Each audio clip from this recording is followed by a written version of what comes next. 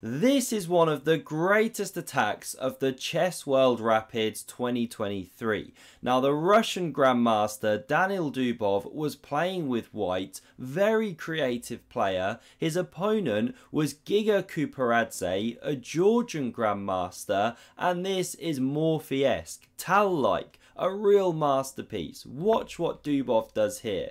He opens with d4, knight f6 in response, knight f3, e6, c4, standard stuff, and now Giga flicks in this check. We get bishop d2 blocking and a5, quirky line, offering the doubled pawns, but if you go for it, well, it's not an ideal pawn structure. You stop the knight developing to the natural square. So g3 played, the Catalan pawn structure. We get castles, bishop g2 and d5, fighting for the centre. Castles from Dubov. And now this next move looks a bit weird. The bishop voluntarily drops back. Then we see c6. Got me wondering, what if you start with pawn to c6? Well, then you can take, pawn takes, queen here, and apparently black wants to be going c5 in such circumstances. So if you've already gone c6, you're wasting tempos. It's subtle stuff, but that's why the bishop seems to drop back immediately here. Bishop f4 played, and now pawn c6. So knight c3 carries on the natural development, knight b to d7, and knight e5 hits that wonderful outpost. We get captures, not forced, you could have say taken here, different ways to go. The pawn now recaptures, and I've always loved this structure for white. After knight d7, we see the power of this pawn, spearheading a white attack, because you open this diagonal towards the king, and very often a piece can use the e4 square, for example a knight. So now Dubov takes on d5. Now there's a right way to recapture and a wrong way. Test your positional skills if you want to do so.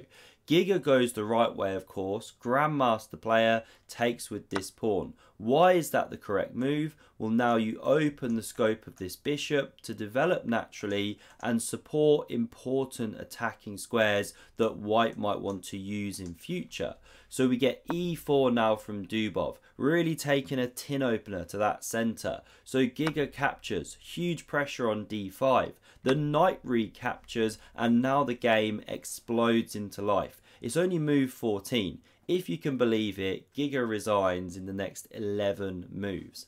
Now there is a threat here to land a monster knight on d6. So one idea the computer shows is knight b6 to fight against that. You can still do it, but okay, captures here. You maybe look to bring the knight here in future, but it's pleasant for white. You've got good control here. Bishop pair. But this was the way the engine wanted to go, grovel on from here. However, in the game, we see g5, a very double-edged idea. Now, the point is, if you retreat the bishop, which wasn't played, well, then you can pick up this pawn. Now, even here, white's doing okay, because you've got this weakened king and a bit of an initiative, which can be generated with something like bishop d4. But in the game, Dubov did not retreat that bishop. Instead, he plays the Morphy-esque, Tal-like move of bishop takes on g5, sacrificing the first piece. There's a second to come. Now, after the bishop recaptures, queen h5 is the point. It launches itself out into the attack, bishop pressured. If you go h6, well, it's a very clumsy move.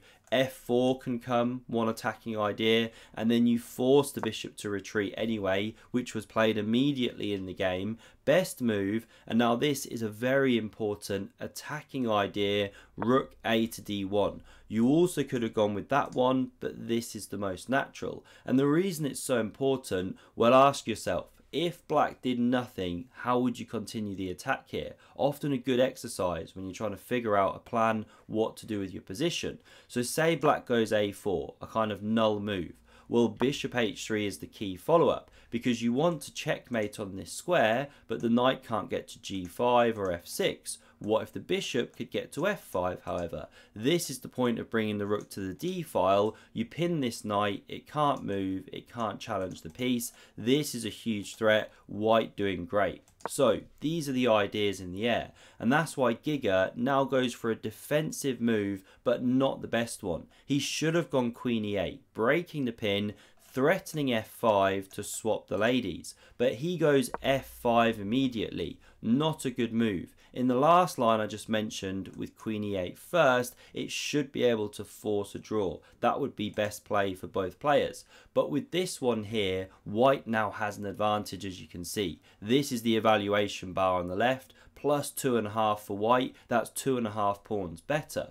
So what to do here? Your knight's attacked. Well, I was about to say Dubov, sorry. Does he move the knight? No, he doesn't. He carries on the initiative with pawn to e6. What a fantastic move, giving a second piece which was captured. Top engine move, a4. So hard to understand this stuff at times. Maybe looking for rook a5 later. You know, weird defensive idea. But okay, the piece was captured. It was offered. And now queen g4 check. Very important move. The king sidesteps, and now you capture the knight, and look at this geometry you've created. Love the fact as well that the queen supports the rook as well as the pawn here. So no bishop takes back, of course you'd crash through. Instead we see rook f7, different defensive ideas. You know, you could have tried rook g8, bishop f6. We'll stick with the game here. This not such a bad one. Looking at this square, looking at this pawn, and now the bishop takes on e4, bringing another piece into this epic attack. Now there are different defensive ideas. Bishop c5 was played, not the best move. Got me wondering, what if rook g8, you know, try and evict that queen? Well, there's different ideas. One of them's queen e6. You just keep the defense of this pawn, and ultimately we can get a line something like this. You recoup your piece, keep the queens on the board because you're attacking a weakened king, and when we take stock of the position, the material's restored, but I keep saying that. Dubov is a pawn up, sorry, early morning here, is a pawn up, and he's also got the attack against the black king. So coming back to the game, here we have, instead of that move of rook g7, trying for that defense, bishop to c5 instead. Now it looks for counterplay against the f2 pawn. Here we get queen h5, hitting now 2 points. The rook on f7 and this pawn here, and the rook now captures. Again, many moves for black, many attacking ideas for white. Yes, you can try and hold here, but still there are lots of weird moves. You know, queen to e8 check is one idea if the rook comes to g7 or something. There's ideas of bishop takes here, distracting the rook, then queen e8 check. So in the game, this pawn was captured, but now the icing on the cake, here we see Dubov play rook takes on d7. The queen recaptures, and now the second rook joins the party, supported by the queen from afar. This is truly sensational stuff, because after queen e7, what's the material count? Dubov is a full piece down, a bishop. He has to break through or he's lost. There's only one winning move here. It leads to checkmate in 5. Everything else is drawing. Can you find the move? So the move that Dubov plays is rook d8 check. A brilliancy that forces resignation. Why? Well, if you capture the rook, this is a checkmate. The queen was overloaded.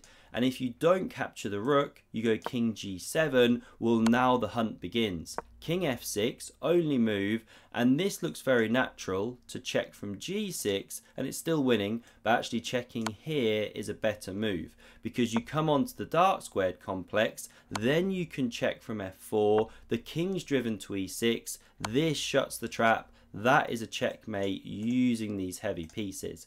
Beautiful attack from Daniil Dubov, one of the greatest of that World Rapids tournament. And if you thought this attack was good, then you have got to watch the game on screen next. One of my favourites, absolutely epic. I hope you enjoyed. Thanks a lot for watching, and see you soon.